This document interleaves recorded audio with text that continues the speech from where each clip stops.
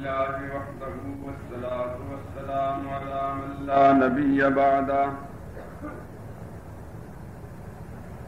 أما بعد فأعوذ بالله من الشيطان الرجيم بسم الله الرحمن الرحيم قل يا أيها الناس إن كنتم في شك من ديني فلا أعبد الذين تعبدون من دون الله ولكن أعبد الله الذي يتوفاكم وأمرت أن أكون من المؤمنين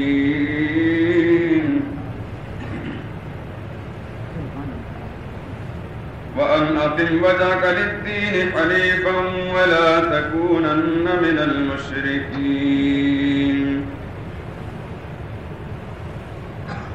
ولا تدع من دون الله ما لا يملك لك ما لا ينفعك ولا يضرك فإن فعلت فإنك إذا من الظالمين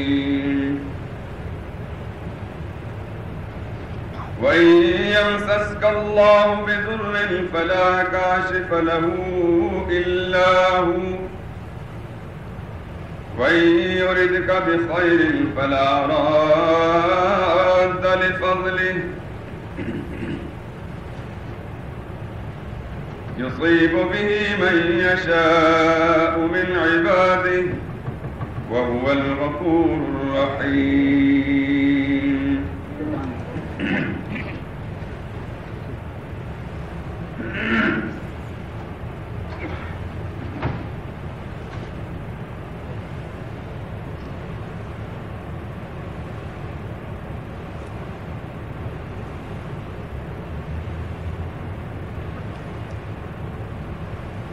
اے میرے پیغمبر لوگوں سے کہہ دیجئے اے لوگوں اگر تم کو میرے دین میں کسی طرح کا شک ہو تو سن لو جن لوگوں کی تم اللہ کے سوا پوجا کرتے ہو میں ان کی بندگی نہیں کرتا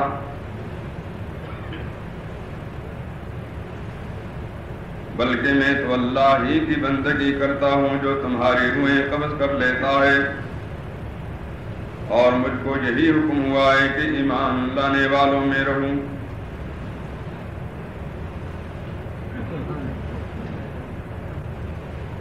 اور یہ کہ اے پیغمبر سب سے یکسو ہو کر دین اسلام کی پیروی کیے جاؤ اور مشرکوں میں ہرگز نہ ہونا اور اللہ کو چھوڑ کر ایسی چیز کو نہ پکارنا جو نہ تمہارا کچھ بھلا کر سکے اور نہ کچھ بگاڑ سکے اگر ایسا کرو گے تو ناانصافوں میں سے ہو جاؤ گے اور اگر اللہ تم کو کوئی تکلیف پہنچانا چاہے تو اس کے سوا اس کا کوئی دور کرنے والا نہیں اور اگر تم سے بھلائی کرنی چاہے تو اس کے فضل کو کوئی روکنے والا نہیں وہ اپنے بندوں میں سے جسے چاہتا ہے فائدہ پہنچاتا ہے اور وہ بخشنے والا مہربان ہے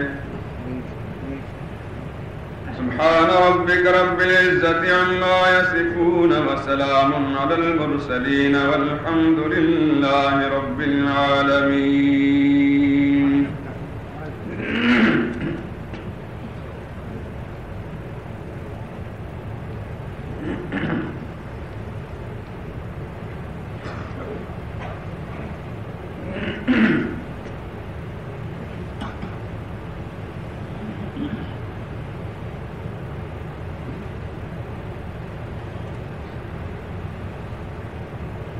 وہ فخر عرب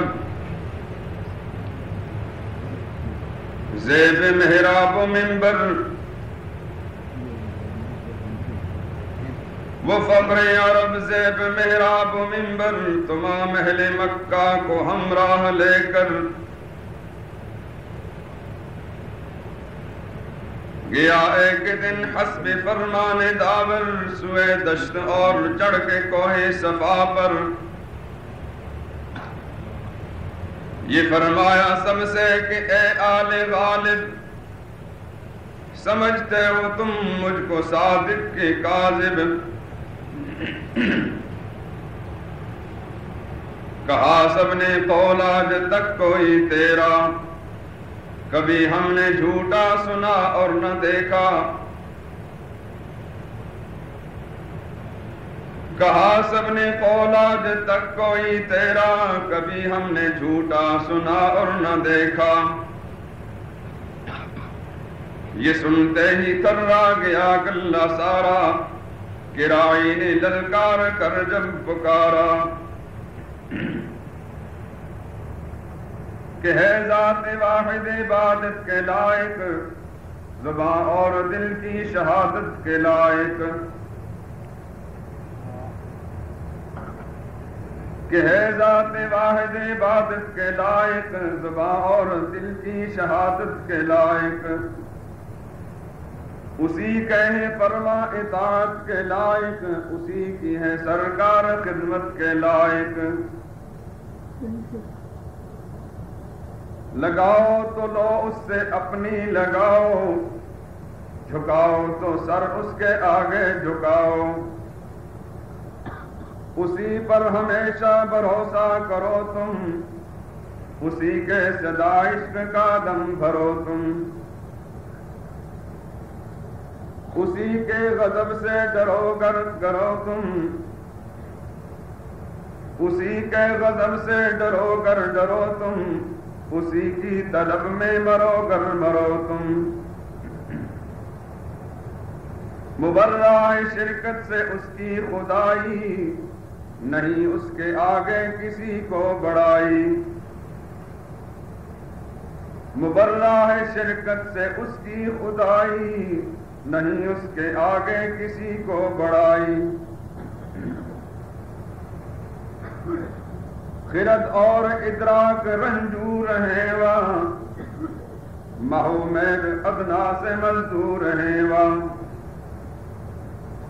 جہاں دار مغلوب مقہور ہیں وہاں، نبی اور صدیق مجبور ہیں وہاں۔ نہ پرسش ہے رہبان و احبار کی وہاں، نہ پرواہ ہے ابرار و احرار کی وہاں۔ تم اوروں کی مانند دھوکہ نہ کھانا، کسی کو خدا کا نہ بیٹا بنانا۔ تم اوروں کی مانند دھوکہ نہ کھانا، کسی کو خدا کا نہ بیٹا بنانا۔ میری حد سے رتبہ نہ میرا بڑھانا، میری حد سے رتبہ نہ میرا بڑھانا، بڑھا کر بہت تم نہ مجھ کو گھٹانا۔ سب انسان وہاں جس طرح سرفگندہ، سب انسان وہاں جس طرح سرفگندہ، اسی طرح میں بھی ہوں ایک اس کا بندہ۔ بنانا نہ تربت کو میری صنم تم، نہ کرنا میری قبر پر سر کو خم تم۔ نہیں بندہ ہونے میں کچھ مجھ سے کم تم، نہیں بندہ ہونے میں کچھ مجھ سے کم تم، کہ بیچارگی میں برابر ہیں ہم تم۔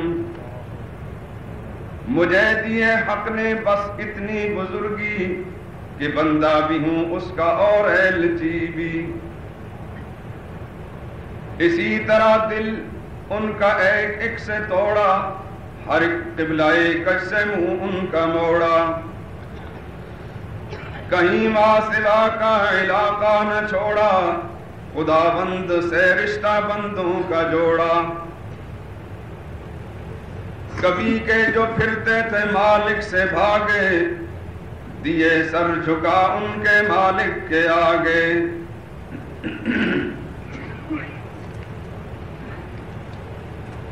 بزرگان محترم، برادران عزیز، یہ چند اشعار مولانا الطاف حسین حالی مرحوم کے جو ان کی مشہور و معروف کتاب مسدس حالی سے آپ حضرات کے سامنے اس وقت پڑھے ہیں، چونکہ جن آیات کریمہ کی میں نے تلاوت کی ہے ان آیات کریمہ میں جناب محمد رسول اللہ صلی اللہ علیہ وسلم سے اعلان کروایا گیا ہے، اور یوں سمجھیں کہ اردو زبان کے اندر اسی اعلان کی تشریح اور تعبیر الطاف حسین علی مرحوم نے اپنے الفاظ میں کی۔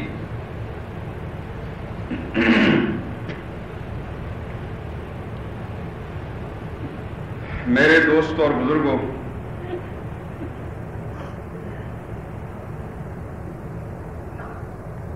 ہر سال رمضان المبارک کے ان جماعت میں ایک خاص مصلحت کے تحت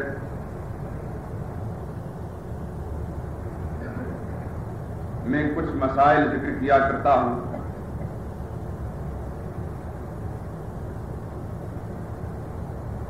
ان مسائل کی ضرورت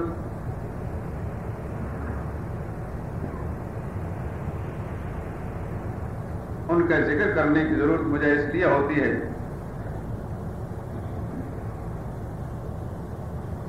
کہ جب میں اپنے ماحول پر نگاہ دوڑاتا ہوں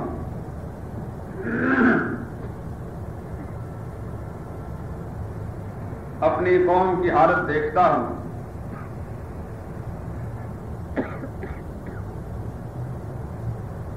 امت مسلمہ کی شب و روز کی سرگرمیوں کا مشاہدہ کرتا ہوں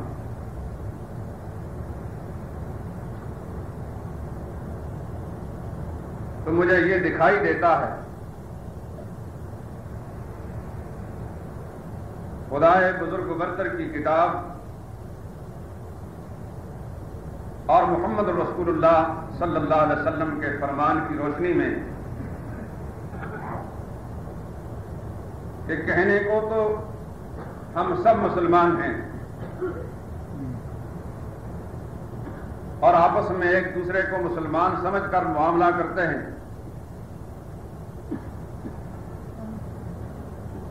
مگر جب ہمارے عقائد اور ہمارے اعمال کی بات آتی ہے تو یوں محسوس ہوتا ہے کہ سمت کا نہ خدا کی کتاب کے ساتھ کوئی تعلق ہے نہ محمد رسول اللہ کے فرمان کے ساتھ۔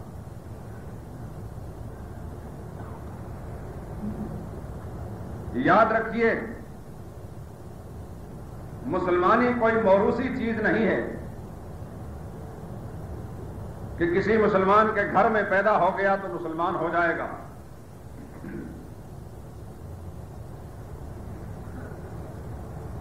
اگر ایسی بات ہوتی تو سیدنا حضرت نوح علیہ السلام کے گھر میں پیدا ہونے والا کنعان کافر اور مشرک نہ بنتا اور وہ جہنم رسید نہ ہوتا۔ کسی مسلمان کی بیوی بن جانا یہ مسلمان ہونے کی دلیل نہیں، اور کسی مسلمان عورت کا شوہر بن جانا یہ اس کے مسلمان ہونے کی علامت نہیں۔ رشتے میں اگر کسی انسان کا کسی پیغمبر کے ساتھ بھی تعلق ہو لیکن وہ رشتے کا تعلق اور نسبی تعلق کوئی کام نہیں آ سکتا اگر خدا کے پیغمبر کے ساتھ عقیدے کا رشتہ اور دین اور ایمان کا رشتہ اور تعلق مضبوط نہ ہو۔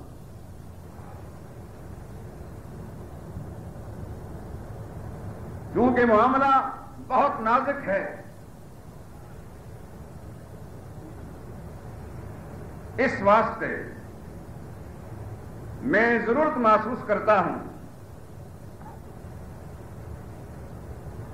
کہ رمضان مبارک کے ان خطبات جمعہ میں جبکہ نسبتاً سال کے دوسرے مہینوں میں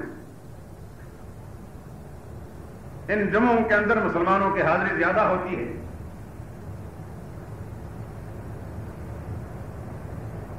کوشش کرتا ہوں کہ مسلمانوں کو وہ مسئلہ معلوم ہو جائے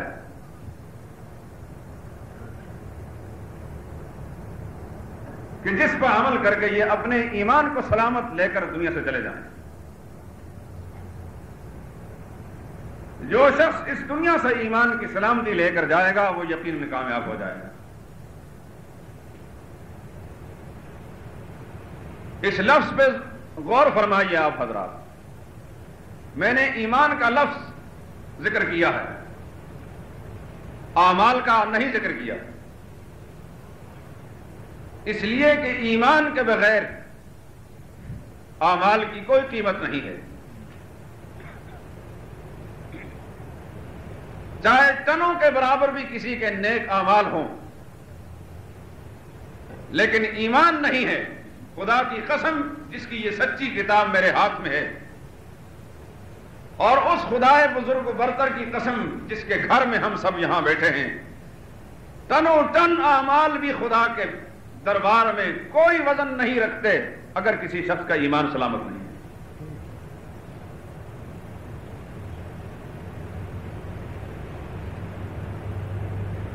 اس لیے ہر مسلمان کو سب سے پہلے اپنے ایمان کی فکر کرنی ہوگی.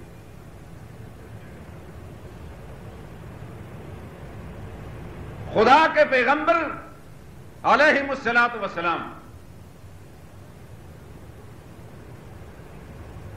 بغیر اس بات کی پرواہ کیے کہ اس وقت قوم کیا چاہتی ہے، لوگوں کا مزاج کیسا ہے، کون سا مسئلہ سننا چاہتے ہیں اور کون سا نہیں سننا چاہتے، کس بات سے لوگ ناراض ہوتے ہیں اور کس پر مجھے مخالفت کا سامنا کرنا پڑے گا. ان تمام چیزوں میں سے کسی ایک چیز کی بھی خدا کے نبی نے پرواہ نہیں کی. نبی نے جس چیز کو اہم سمجھا، انسانیت کی کامیابی کا بنیادی نقطہ جس چیز کو سمجھا، قوم نے چاہا یا نہ چاہا خدا کے پیغمبر نے اسے بیان فرمایا.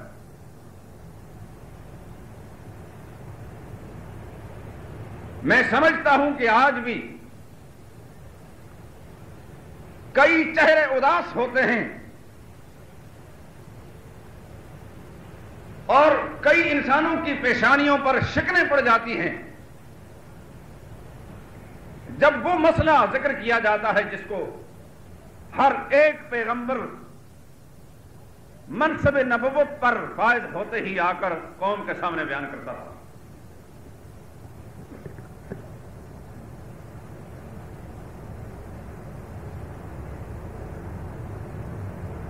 اللہ کی کتاب نے ہمارے سامنے ہر پیغمبر کی زندگی کے حالات کھول کر رکھ دیے ہیں. وہ مسئلہ کیا ہے؟ پہلے تو اس کا نام سنیے اور بعد میں اس کے متعلق کچھ تفصیلات.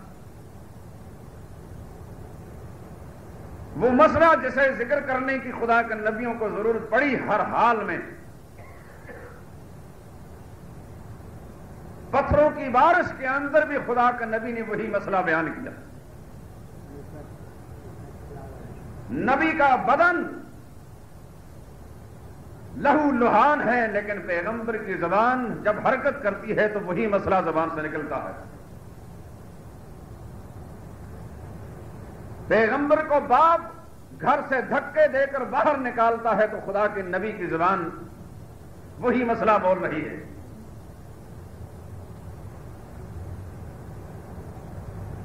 وقت کی حکومت نے خدا کے پیغمبر کو جب آگ میں ڈالا تو خدا کے نبی کی زبان وہی حرکت کر رہی تھی.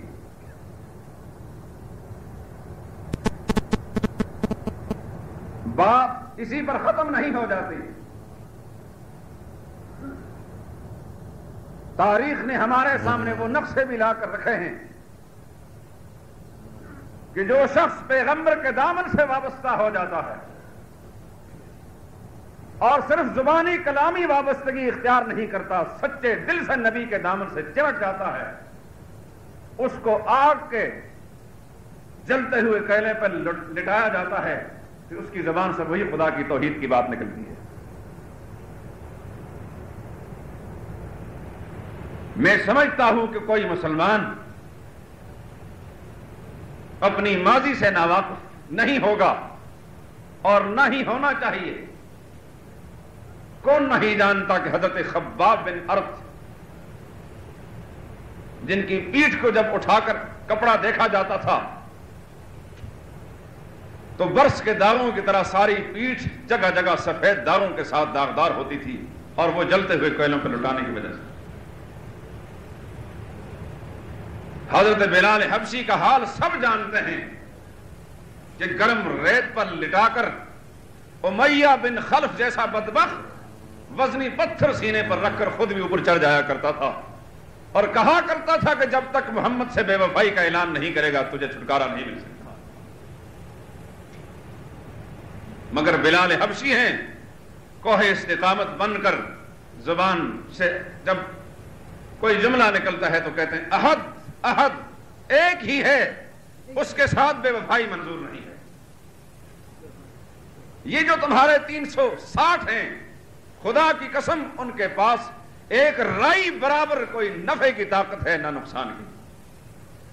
جان جس نے دی ہے اس کے حوالے کی جا سکتی ہے، مگر اس کے ساتھ غداری منظور نہیں۔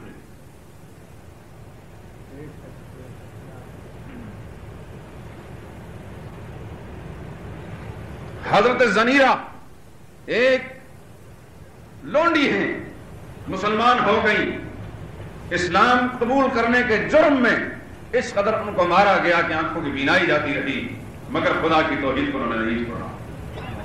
حضرت سمیہ اسلام کی وہ پہلی خاتون، اللہ کی ارب نعمت نازل ہو اس پر، بوڑھی خاتون مسلمان ہوئی، اپنے شوہر سمیت مسلمان ہوئی، بلکہ فرزند بھی مسلمان ہو گیا۔ ابو جہل جیسے لعین نے، یہ چونکہ غریب لوگ تھے معاشرے کے،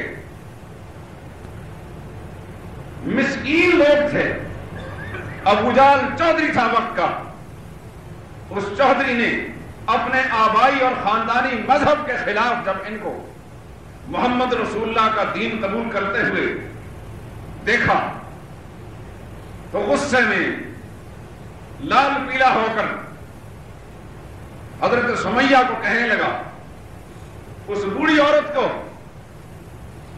اللہ ہماری سب مسلمان عورتوں کو ایسا جذبہ نصیب فرمائے۔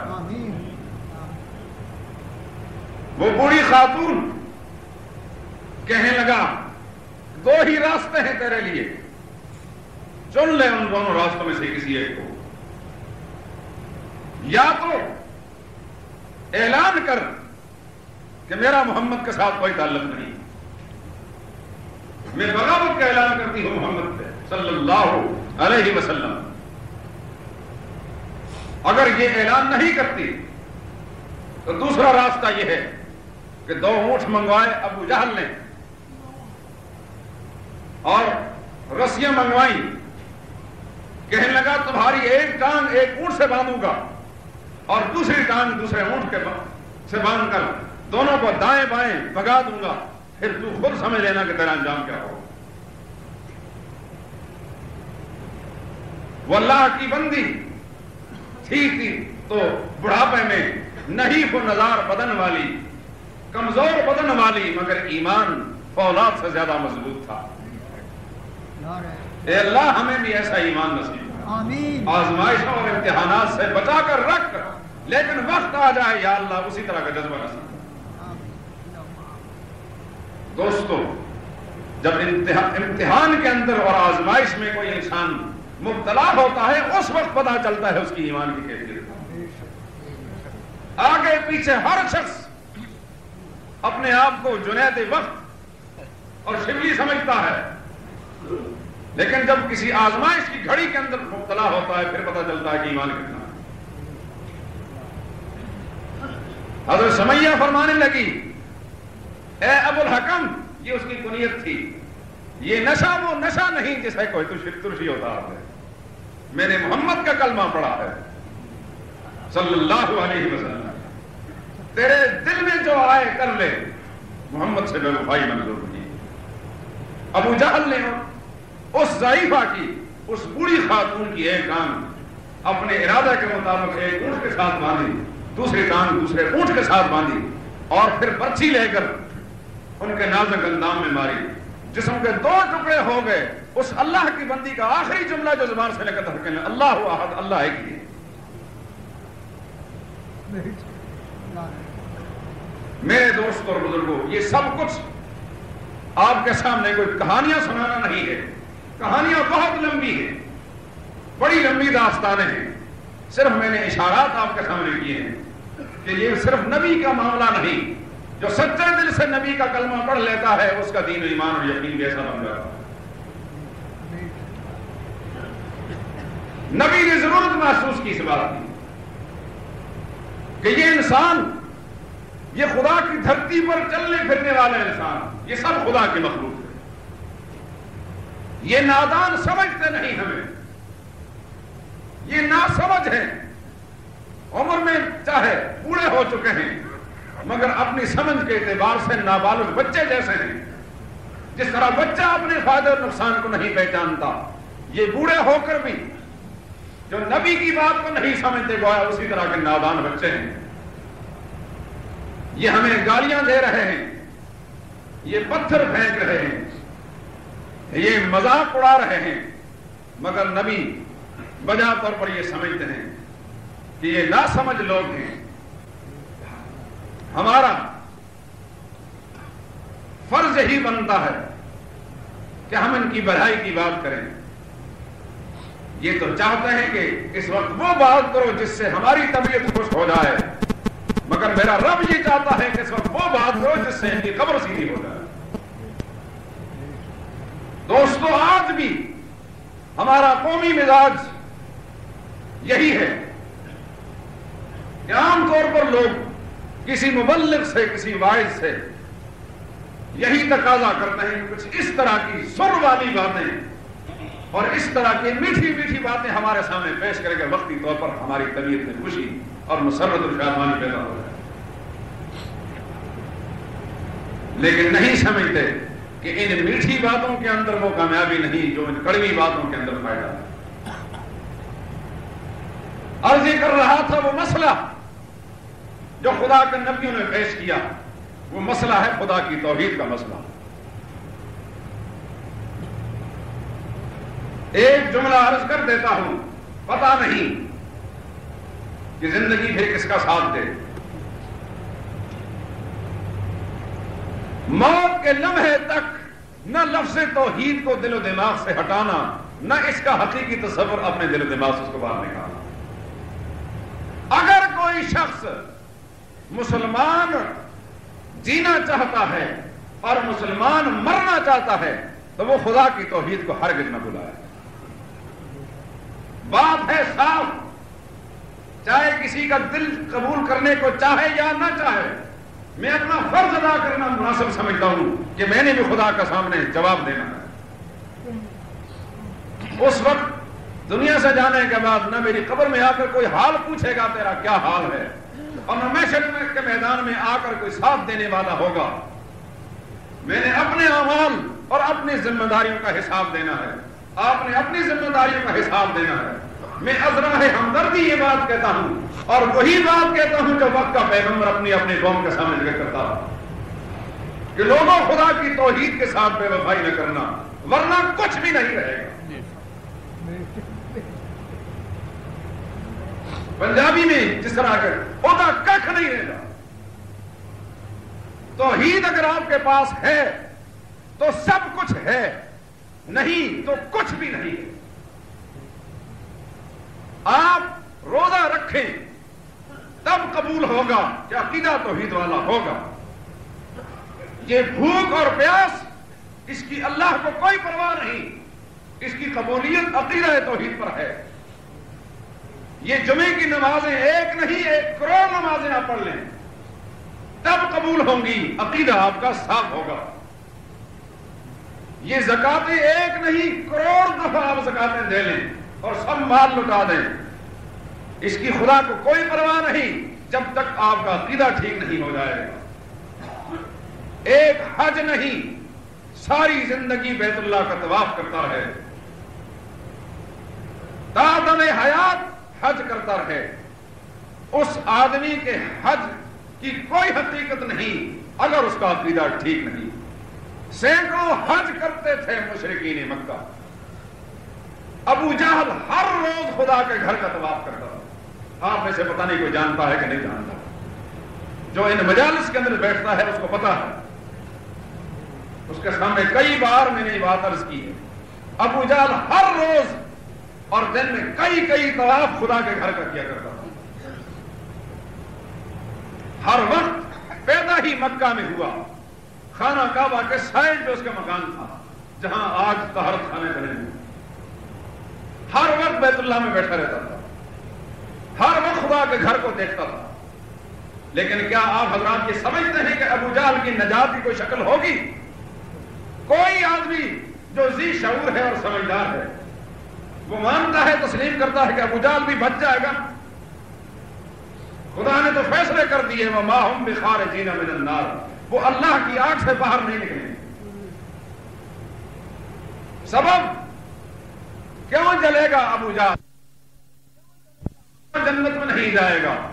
اتنے طواف اس نے کیے اور اتنے حج کیے، دوستوں ان حجوں کی اور ان طوافوں کی کوئی قیمت نہیں بغیر عقیدہ توحید کو درست کی۔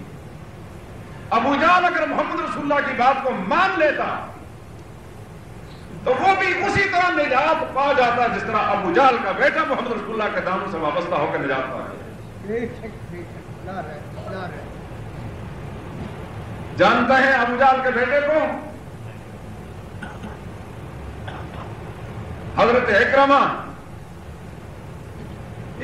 بن ابی جہل، خدا کی تقسیم میں قربان جائیں، اے اللہ تیری تقسیم میں قربان جائیں، تو ہدایت دینے پہ آئے تو ابو جہل کے بیٹے کو ہدایت دے، اور نہ دینے پہ آئے تو نوح علیہ السلام کے بیٹے کو ہدایت دے۔ تو مرضی کا مالک ہے، تجھ پر کسی کا زور نہیں کرنا۔ ابو جہل ساری زندگی رسول اللہ کا مخالف رہا، حضور نے کوئی اس کو بری بات نہیں کہی، رسول اللہ نے اس کی کوئی پگڑی نہیں اٹھانی تھی، رسول اللہ نے اسے کوئی چندے کی اپیل نہیں کی تھی جس سے وہ ناراض ہو جاتا۔ حضور نے کوئی مطالبہ نہیں کیا تھا، صرف یہی مطالبہ کیا تھا، قولوا لا الہ الا اللہ، تو یہی بات تھی۔ اے مکہ والوں، اے سرزمین حجاز میں رہنے والوں، چودھریوں اور ان کے غلاموں، مردوں عورتوں، اے ہاشمیوں میرے خاندان کے لوگوں، باشگاف الفاظ میں اعلان کرتا ہوں تاکہ کسی کو کوئی غلط فہمی نہ رہے، کہیں کل قیامت کے روز اللہ کی بارگاہ میں جا کر کوئی دھوکے میں مارا نہ جائے۔ سرور کائنات نے پہلے ہی دن صفا پہاڑی پر چڑھ کر سارے کے سارے مکہ والوں کو بلایا، سارے چودھری اکٹھے ہو گئے، رسول اللہ کے خاندان والے بھی جمع ہو گئے۔ سب سے پہلے اللہ کے پیغمبر نے ایک بات فرمائی، فرمانے لگے، لوگوں وَقَدْ لَبِثْتُ فِيكُمْ عُمُرًا مِّن قَبْلِهِ أَفَلَا تَعْقِلُونَ۔ اے مکہ والوں، اے بوڑھے بزرگوں، تم تو عمر میں مجھ سے زیادہ ہو، تمہارے ہاتھوں میں پیدا ہوا، میرا بچپنا بھی تمہاری نگاہوں کے سامنے، میرا بلوغ بھی تمہاری نگاہوں کے سامنے، میری جوانی اور شباب بھی تمہاری آنکھوں کے سامنے۔ آج 40 سال ہو چکے، پیدائش سے لے کر آج کی اس گھڑی تک مجھے 40 برس پورے ہو گئے۔ حل وجدتمونی صادقا او کاذبا، لوگوں سچے دل سے بتاؤ کہ اس عرصے میں تم نے مجھے سچا پایا یا جھوٹا؟ آخر زندگی کے ان 40 برسوں میں مختلف نشیب و فراز آئے زندگی میں. اس شہر میں اس محلے میں بڑی بڑی حسین اور خوبصورت عورتیں بھی بستی ہیں. مجھ پر جوانی کا دور بھی آیا ہے. کسی غلط راستے پر کسی شخص نے مجھے چلتا ہوا دیکھا ہو تو بتا دیں. کسی گلی کے موڑ پر، کسی بالا خانے پر، کسی گھر میں غلط نگاہ ڈالتے ہوئے دیکھا ہو تو کہہ سکتا ہے. کسی کے ساتھ لین دین کر کے میں نے غداری کی ہو، بے وفائی کی ہو تو بتا سکتا ہے. کسی کے ساتھ میں نے جھوٹ بولا ہو، جھوٹا کاروبار کیا ہو تو بتا سکتا ہے. غرض ہے کہ ہر انسان کو دعوت دیتا ہوں، جس انسان نے میری زندگی کو دیکھا ہو، مشاہدہ کیا ہو، اگر کوئی خامی اور نقص اور ڈیفیکٹ میری ذات میں کہیں اسے معلوم ہوا تو اعلان کر سکتا ہے.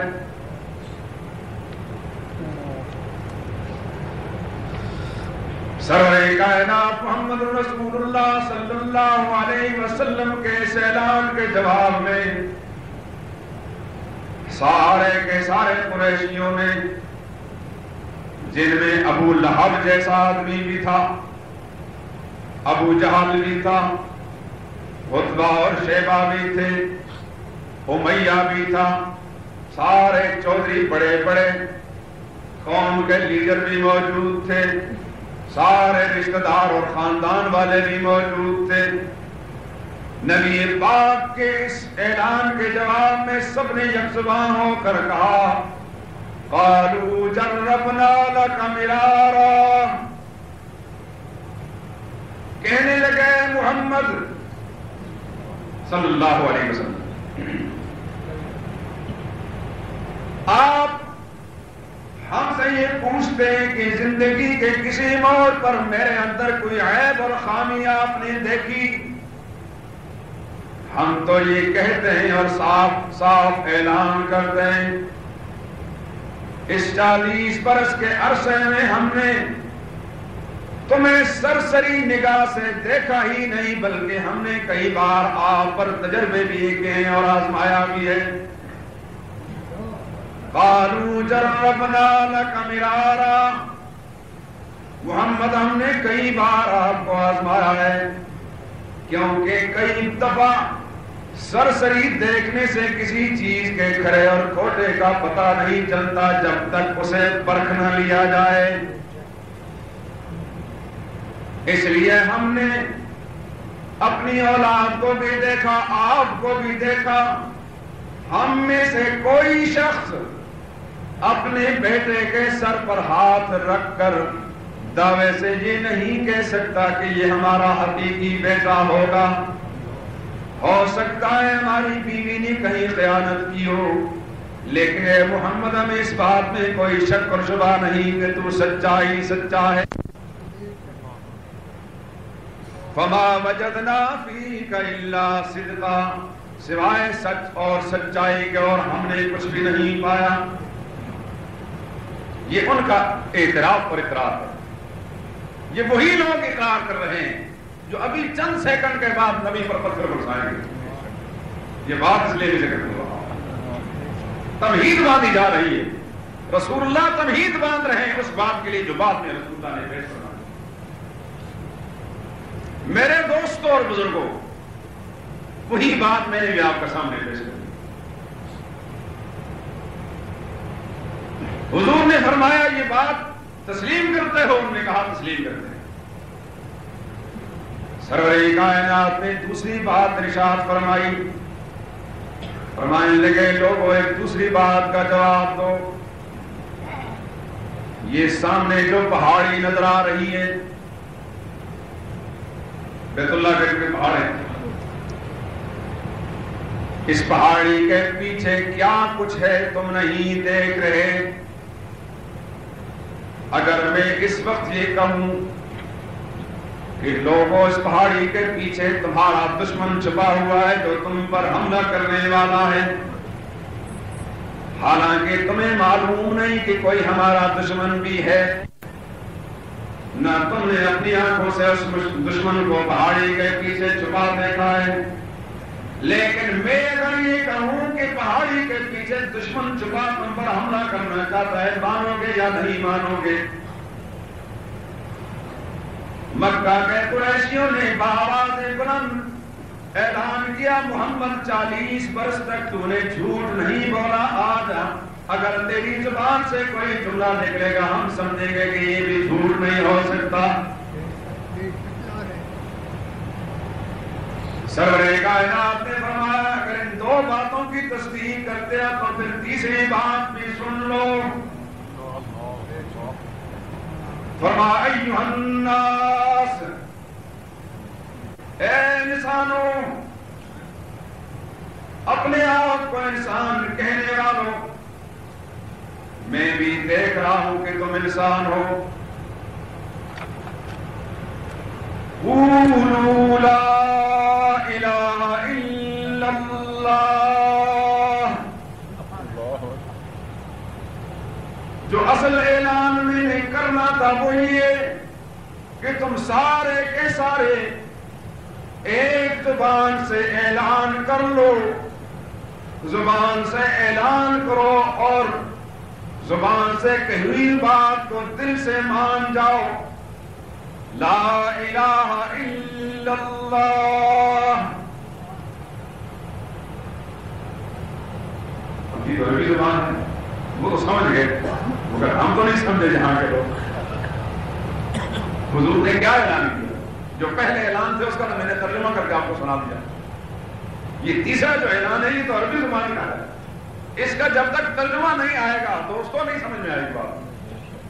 ان کو ترجمہ سمجھ میں آتا تھا، انہی کی زبان میں اعلان کیا تھا، اس وقت فوراً انہوں نے اپنا رد عمل جو ظاہر کرنا تھا شروع کر دیا، اور آج ہمیں یہ کلمہ سمجھ میں آتا نہیں۔ اب وہ کلمہ کیا ہے؟ قولوا لا الہ الا اللہ۔ فرمایا سرور کائنات نے آج تک تم اور تمہارے باپ دادا جس عقیدے پر قائم رہے، جو دین اور مذہب تمہارے باپ دادوں کا رہا، وہ غلط مذہب تھا، جھوٹا دین تھا۔ آسان بات تو نہیں، کسی کے خاندان کے دین و مذہب کو یکسر بیک جنبش قلم غلط قرار دیا جائے، یہ نبی کی شان ہوتی ہے کہ استقامت کا پہاڑ بن کر بغیر اس کی پرواہ کیے کہ اس وقت میرا کوئی ساتھی ہے یا نہیں ہے، پوری قوم کو للکارا۔ فرمایا تمہارے باپ دادا کا مذہب،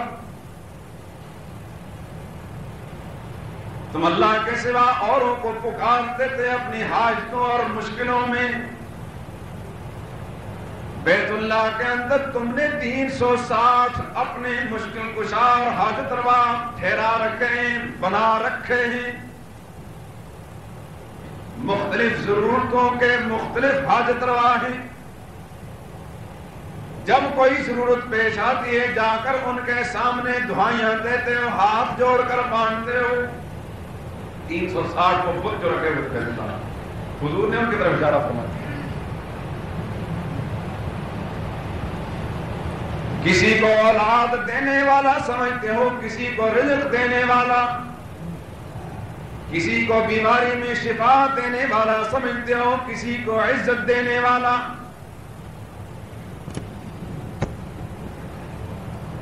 دور سے بھی نزدیک سے بھی ان کو پکارتے ہو۔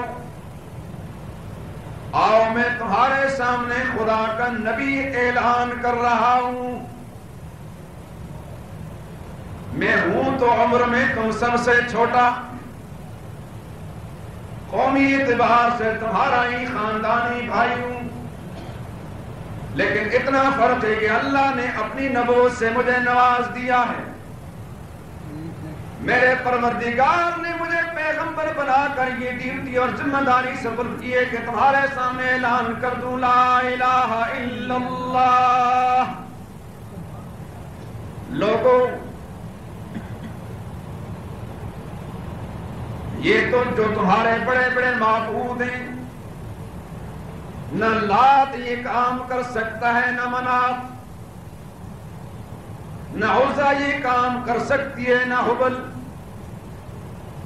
نہ اصاف یہ کام کر سکتا ہے، نہ نائلہ. یہ سارے کے سارے اپنے زمانے میں انسان کو گئے. تمہارے بڑوں نے جہالت نادانی کی بنا پر، شیطان کے بہکانے کی بنا پر ان مرے ہوئے بزرگوں کے نام پر بت گھڑ لیے.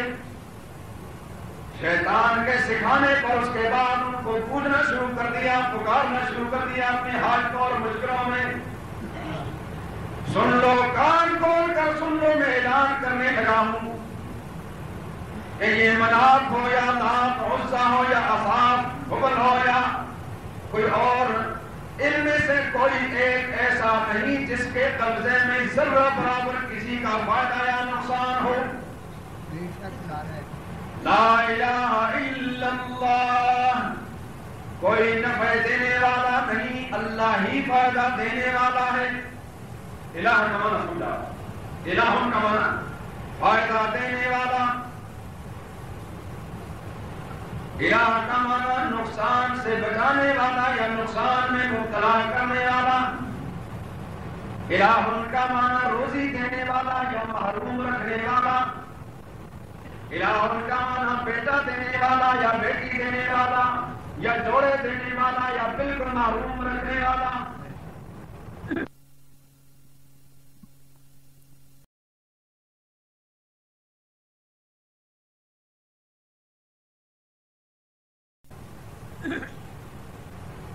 الہ کا معنی بیماری میں صحت اور شفا دینے والا، عزت کی کرسی پر بٹھانے والا اور کرسی سے ہٹا کر در در کی ٹھوکروں میں ڈال دینے والا. لا الہ الا اللہ. اب تو بات سمجھ میں آ گئی کہ یہ جتنی چیزیں ذکر کی ہیں ان میں سے کوئی اللہ کے سوا کرنے والا نہیں، اللہ ہی کرنے والا ہے. اب تک تم اور تمہارے بڑے یہ سمجھتے رہے کہ یہ ہمارے 360 بتیا ٹھا کر یہ کام کرتے ہیں، مگر یہ تمہاری بے خبری اور جہالت کی علامت تھی. ٹھیک ہے کہ عمر میں تم بڑے ہو گئے، تمہارے آباء و اجداد بھی گزر گئے، لیکن یہ دین کی سمجھ کسی کی میراث نہیں ہے. اللہ جسے سمجھ دے وہی سمجھتا ہے. جوان کو سمجھ دے تک وہ دین کی سمجھ رکھنے والا ہے، بڑھاپے میں سمجھ دے تو بوڑھا ہو کر سمجھ جاتا ہے.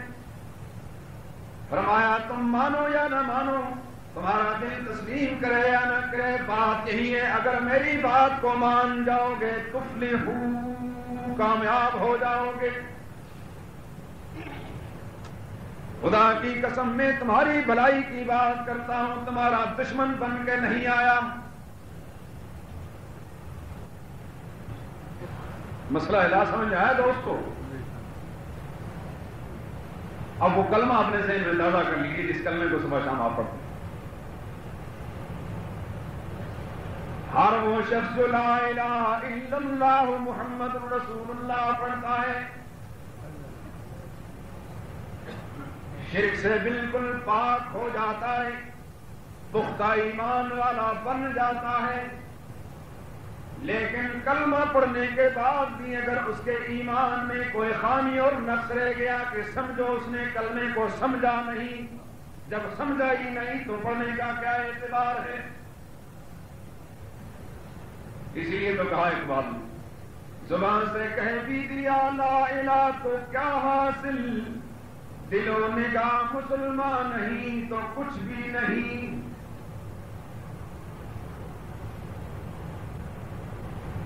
لا الہ الا اللہ یہ بنیاد ہے سارے اسلام کی. نمازیں قبول تب ہوں گی جب لا الہ الا اللہ ٹھیک ہوگا، روزے قبول تب ہوں گے جب کلمہ ٹھیک ہوگا، حج قبول اس وقت ہوں گے جب کلمہ ٹھیک ہوگا، زکات و صدقات اس وقت قبول ہوں گے جب کلمہ ٹھیک ہوگا، اعتکاف اور قربانی اس وقت قبول ہوں گے جب کلمہ ٹھیک ہوگا، یہ حمد و ثنا، ذکر و اذکار، نوافل، تسبیح اور تحمید اور تہلیل، ساری چیزیں اس وقت قبول ہوں گی جب کلمہ ٹھیک ہوگا۔ لوگوں سب سے پہلے اپنے کلمے کو ٹھیک کرو۔ ٹھیک کرنے کا یہ معنی نہیں کہ بار بار زبان سے کلمے کے الفاظ کو دہراتے رہو، نہیں، یہ نہیں۔ ٹھیک کرنے کا مطلب یہ ہے کہ کلمے کی حقیقت کو دل اور دماغ میں اتار لو۔ منہ سے جب کہتے ہو کہ لا الہ الا اللہ، دل سے مان جاؤ کہ ہمارا فائدہ اور نقصان صرف اللہ ہی کے پاس ہے۔ ٹھیک ہے کہ نہیں؟ اعلان اقرار کرو گے، فرشتے نوٹ کر رہے ہیں دائیں بائیں بیٹھے ہوئے۔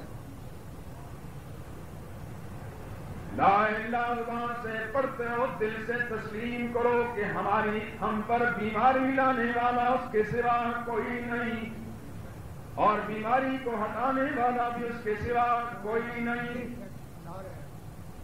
خدا کی تقسیم پہ قربان جائیں۔ جب بیمار کرنے پہ آتا ہے تو وقت کے عظیم پیغمبر کو بیمار کر دیتا ہے۔ پتا ہے آپ کو کون پیغمبر تھے؟ حضرت ایوب علیہ السلام۔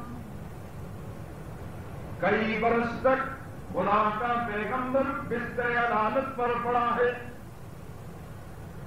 لوگوں صحت اور شفا اور تندرستی کسی انسان کے قبضے میں ہوتی تو پیغمبر خود اپنے آپ کو تندرست کر لیتے۔ نہیں سمجھ میں آئی بات؟ لوگ اپنی جہالت کی بنا پر مرے ہوئے بزرگوں سے جا کر شفا مانگتے ہیں۔ لوگوں ساری دنیا کے بزرگ مل کر کسی صحابی کا مقابلہ بھی نہیں کر سکتے کہ جائے کہ پیغمبر ہو۔ نبی کی ذات تو بہت بلند ہوتی ہے۔ ایوب علیہ السلام کئی برس تک بستر عدالت پر پڑے ہیں۔ لکھنے والے لکھتے ہیں کہ اس قدر بیمار ہوئے کہ گھر والے انہوں نے بھی چھوڑ دیا۔ اللہ کسی کو امتحان میں مبتلا نہ کرے۔ جوان بیٹے سارے کے سارے فوت ہو گئے، بیویوں نے ساتھ چھوڑ دیا، اولاد سارا مال سارا لٹ گیا۔ نبی بیماری کے اندر اس حالت میں پڑے ہیں کہ حرکت بھی نہیں کر سکتے۔ محلے داروں نے ان کی طویل بیماری کو دیکھ کر محلے سے نکال دیا۔ کہیں یہ بیماری متعدی ہو کر ہمارے ساتھ نہ چمٹ جائے۔ خدا یہ سب منظر دیکھ رہا ہے، اللہ اکبر، دیکھ رہا ہے اور دنیا والوں کے حالات پر بھی تعجب کر رہا ہے کہ میرے نبی کے ساتھ یہ معاملہ ہوگا۔ مگر خدا کے سمجھانے پر قربان جائیں، مجھے اور آپ کو سمجھانے کے لیے اپنے نبی کو بیمار کر دیا، کیونکہ اگر پیغمبر پر یہ کیفیت نہ گزرتی آج ہم اپنی بیماری میں اللہ کو شفا دینے والا سمجھنے کی بجائے انسانوں سے شفا مانگتے۔ 7 برس تک پیغمبر پڑے رہے۔ بعض لکھتے ہیں کہ بدن کے اندر کیڑے پڑ گئے۔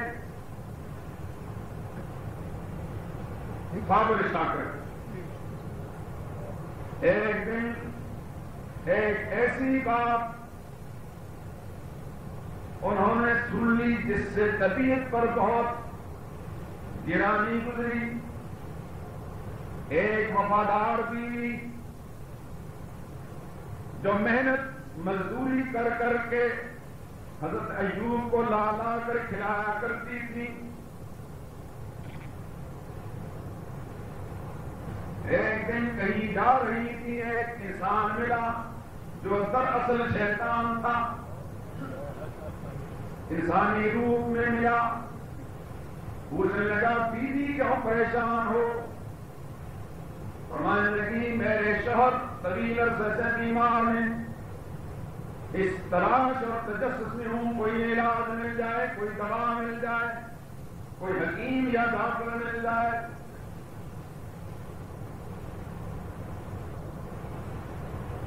شیطان نے حکیم بن کر، ڈاکٹر بن کر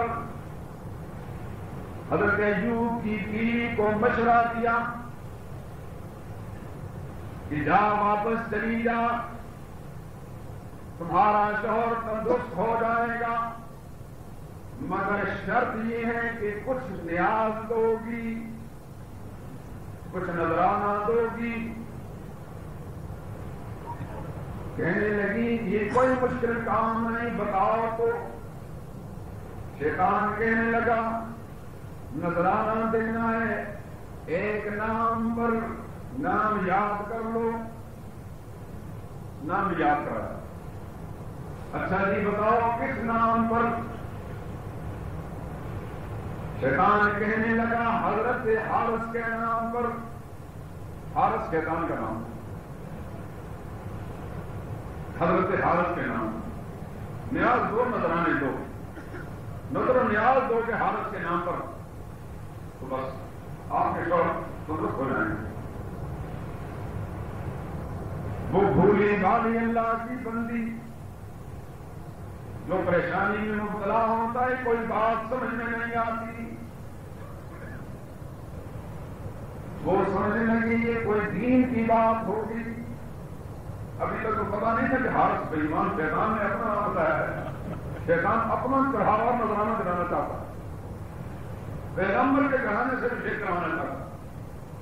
واپس جا کر حضرت ایوب کے سامنے کہنے لگی حضرت جی آج ایک بڑے ہی ہمدرد حکیم راستے میں ملے، انہوں نے مشورہ دیا ہے کوئی علاج کرنے کی ضرورت نہیں، کسی دوا کے پیچھے پھرنے کی ضرورت نہیں، حضرت حارث کے نام کا چڑھاوا دے دو، آپ کے شوہر تندرست ہو جائیں گے۔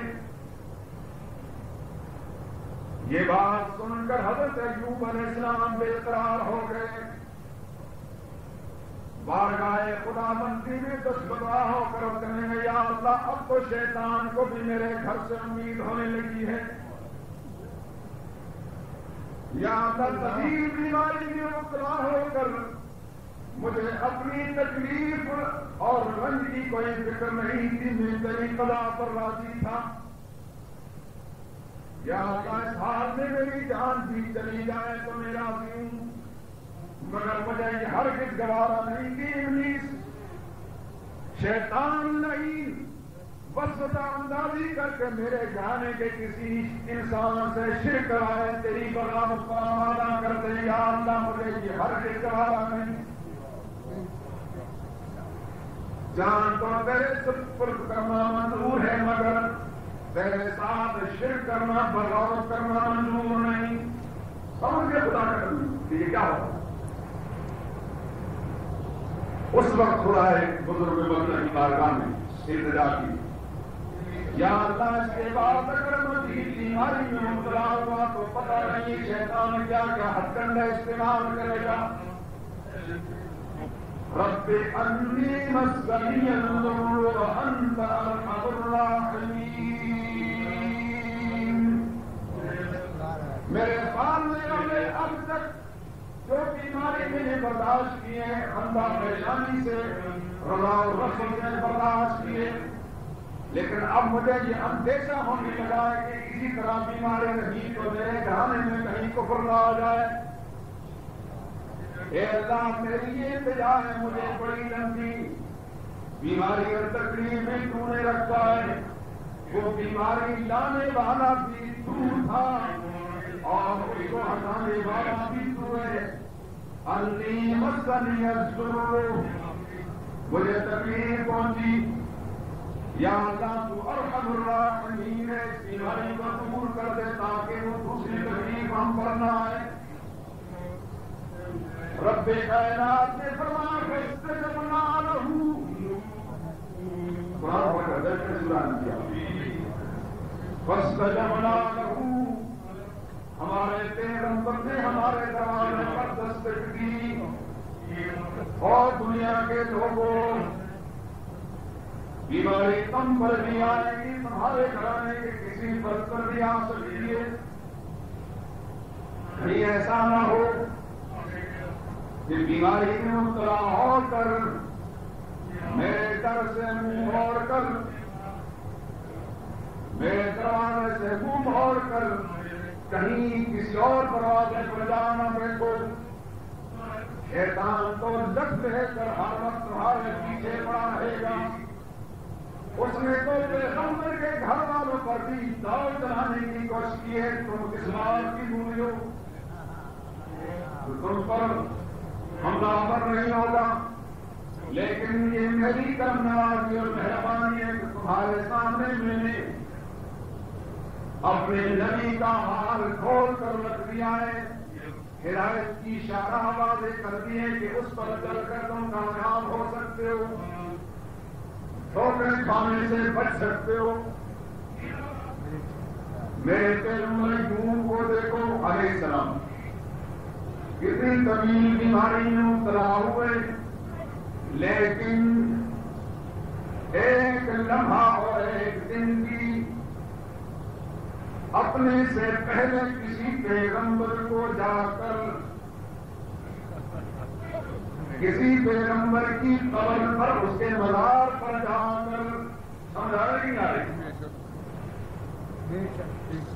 دوستو اللہ آپ کو قرآن کی سمجھ عطا فرمائے۔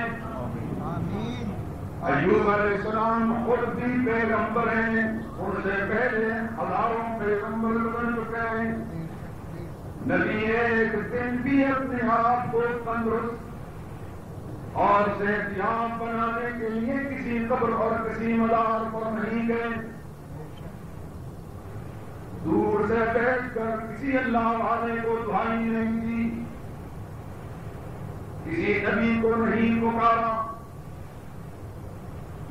پہلوں کو بھی پچھلوں کو بھی۔ ہاں جب بھی پکارا تو اللہ کی بارگاہ میں دست دعا کر کہنے لگے رب اے میرے پروردگار،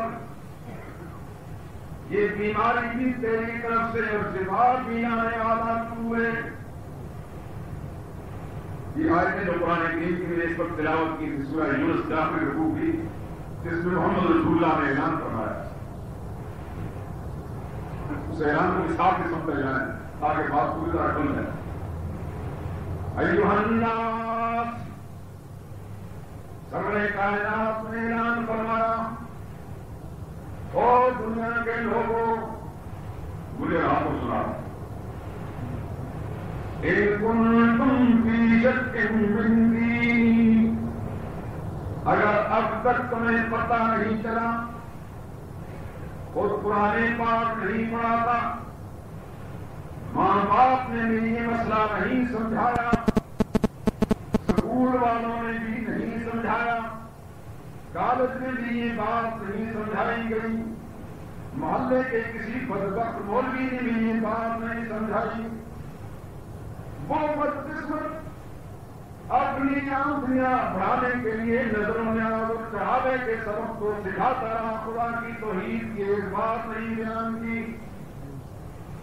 چلو صبح کا بھولا ہوا شام کو گھر آ جائے تو کچھ نہیں کہا جاتا، آؤ خدا کا قرآن تمہیں سناتا ہوں، ان کنتم فی شک من دینی فلا اعبد الذین تعبدون من دون اللہ، اگر تمہیں کوئی مغالطہ اور شک پچھوائے تو دور کر لو، اگر کوئی اپنی نسبت اپنا رشتہ اور تعلق محمد کے ساتھ قائم کرنا چاہتا ہے تو وہ کان کھول کر سن لے، محمد کا عقیدہ سن لے صلی اللہ علیہ وسلم، لا اعبد الذین تعبدون من دون اللہ، دنیا کے بھٹکے ہوئے لوگ اللہ کے سوا جن کو اپنی حاجت کو مشکلوں میں پکارتے ہیں، محمد اعلان کرتا ہے میں اللہ کے سوا کسی کو نہیں پکاروں گا، ولکن اعبدوا اللہ الذی یتوفاکم، میں تو اسی اللہ کو پکاروں گا اپنی ہر ضرورت مشکل میں، یتوفاکم جو تمہاری روحیں قبض کرتا ہے۔ لوگوں کسی ایک بات سے اگر سمجھنا چاہو تو ساری بات سمجھ سکتے ہو، یہ تو سوچو تمہاری زندگی کس کے قبضے اور اختیار میں ہے؟ تمہاری زندگی کا مالک کون؟ جب سمجھتے ہو کہ موت لانے والا وہی ہے تو پھر پیدا کرنے والا بھی وہی ہوگا۔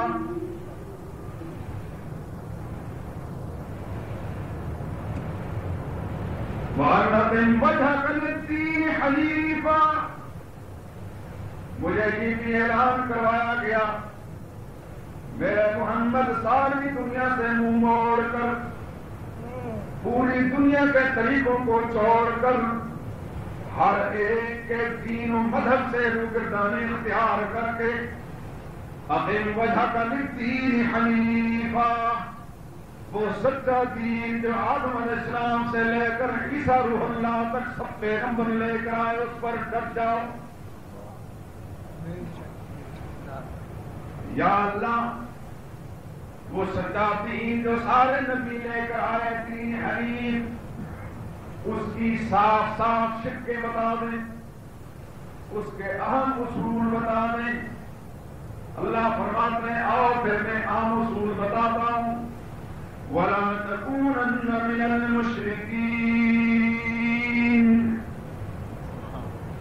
وہ دین حنیف، وہ سچا اور پکا دین، سارے نبیوں کا دین یہ ہے کہ اللہ کے ساتھ کسی بڑے چھوٹے کو، نبی ولی کو، جن انسان کو، پیر پیغمبر کو، فرشتے کو، زندے کو، فوت شدہ کو، دور اور نزدیک سے مت پکارنا، شریک مت بنانا۔ بلا تکون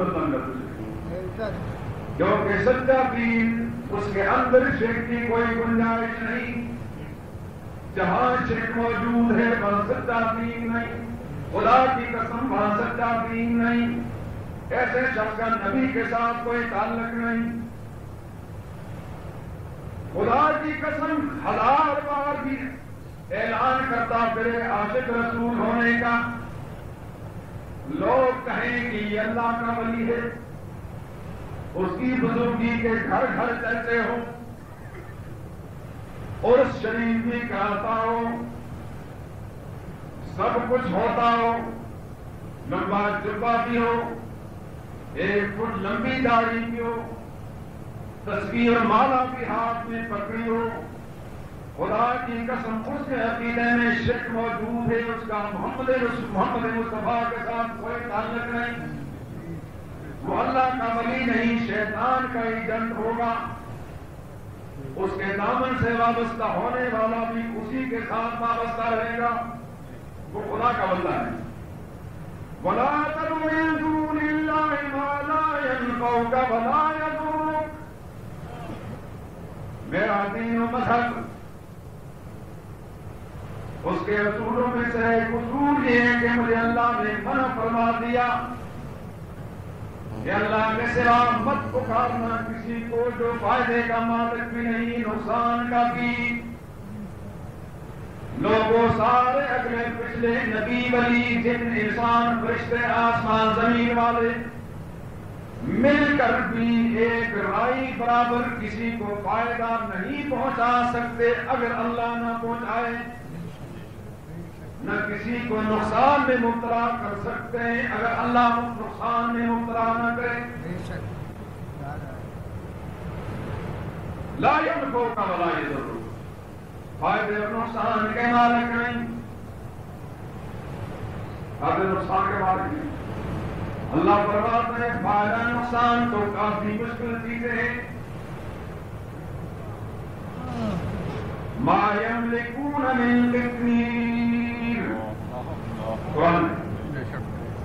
ما يملكون من قطمیر، جن کو تم سمجھتے ہو کہ وہ کچھ کر سکتے ہیں، اللہ فرماتے ہیں سن لوگوں کو اتنا اختیار بھی نہیں رکھتے جتنا کھجور کی گٹھلی ہوتی ہے۔ یہ قرآن کی آیت ہے، کوئی ناول نہیں سناتا۔ اِن تَدْعُوهُمْ لَا يَسْمَعُوا دُعَاءَكُمْ، لوگوں سمجھتے ہو کہ ہم گئے تو حضرت صاحب کو پتا چل گیا کہ میرا فلاں مرید عقیدت مند دیکھ لے کر آیا ہے، دادا صاحب کو پتا چلتا ہے بہاؤالدین زکریا ملتانی کو پتہ چلتا ہے کہ باہر قبر کے باہر کون کھڑا ہے، معین الدین اجمیری جان جاتے ہیں کہ پاکستان سے سفر کر کے آئے ہیں، تمہارا یہ عقیدہ ہے ان تدعوہم لا یسمعوا دعاءکم، اگر تم ان کو پکارو خدا کی قسم تمہاری پکاروں کو سن نہیں سکیں گے۔ جس کے اندر ہمت ہے تو اللہ کی تردید کرے، ہمارا کام تو خدا کا قرآن سنانا ہے۔ اگر کسی کی طبیعت نہیں چاہتی تو اٹھ کر تردید کرے خدا کے قرآن کی، اگر جرأت کرے گا تو خدا کے ساتھ محمد مصطفیٰ کے ساتھ رشتہ نہیں رہے گا، ماننا پڑے گا خدا کی کتاب کو۔ لا یسمعوا دعاءکم، پکارو تو تمہاری پکاروں کو سن نہیں سکیں گے۔ وَلَوْ سَمِعُوا مَا اسْتَجَابُوا لَكُمْ، فرض کرو سن بھی لیں، بالکل تمہاری پکار کو سن بھی لیں۔ مَا اسْتَجَابُوا لَكُمْ، قیامت تک تمہاری پکار پر لبیک نہیں کہہ سکیں گے۔ اس بات کو ماننے مزید کھولا ہے، وَمَنْ أَضَلُّ مِمَّن يَدْعُو مِن دُونِ اللَّهِ، لوگوں تم نے زندگی کے میدانوں میں چلتے پھرتے کام کرتے بڑے بڑے گمراہ دیکھے ہوں گے، مگر اللہ فرماتے میں اعلان کرتا ہوں اس سے بڑا گمراہ اور کوئی نہ دیکھا ہوگا جس کو میں گمراہ قرار دیتا ہوں۔ وَمَنْ أَضَلُّ، اس سے بڑا گمراہ کون؟ يَدْعُو مِن دُونِ اللَّهِ مَن لَّا يَسْتَجِيبُ لَهُ إِلَىٰ يَوْمِ الْقِيَامَةِ، جو اللہ کے سوا ان کو پکارتا ہے جو قیامت تک ان کی پکار کا جواب نہیں دے سکتے۔ 26 بارہ میں سورہ احقاف کی آیت ہے، لا يستجیب له الى یوم القیامہ، قیامت کے دن تک جواب نہیں دے سکتا۔ کیوں جواب دے؟ وَهُمْ عَنْ دُعَائِهِمْ غَافِلُونَ، جواب کیوں کر دے سکتے ہیں؟ ان کو تو پتہ بھی نہیں کون آیا کون نہیں آیا۔